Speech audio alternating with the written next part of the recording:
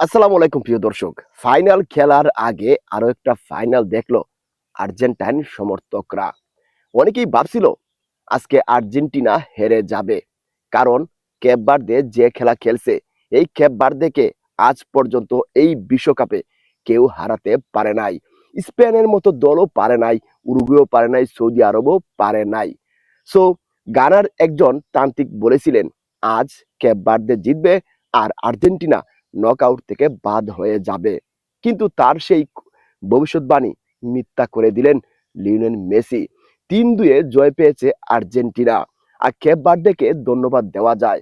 নতুন একটা দল হিসাবে তারা যে খেলা খেলছে ভাই, মানে কি বলবো, আজকের খেলাটাকে একেবারে ফাইনালের মতোই লাগছিল।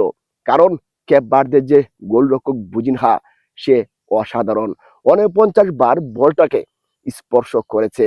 ৩ বার গোল হজম করলেও দারুণ তার পারফরম্যান্স ছিল। দর্শক, বুজিনহার খেলা নিয়ে আপনাদের মতামত জানাবেন। বিশেষ করে আর্জেন্টাইন এবং কেপ ভার্দের আজকের খেলাটি কেমন লেগেছে কমেন্টে জানান। শুভকামনা রইল প্রিয় দল আর্জেন্টিনার জন্য।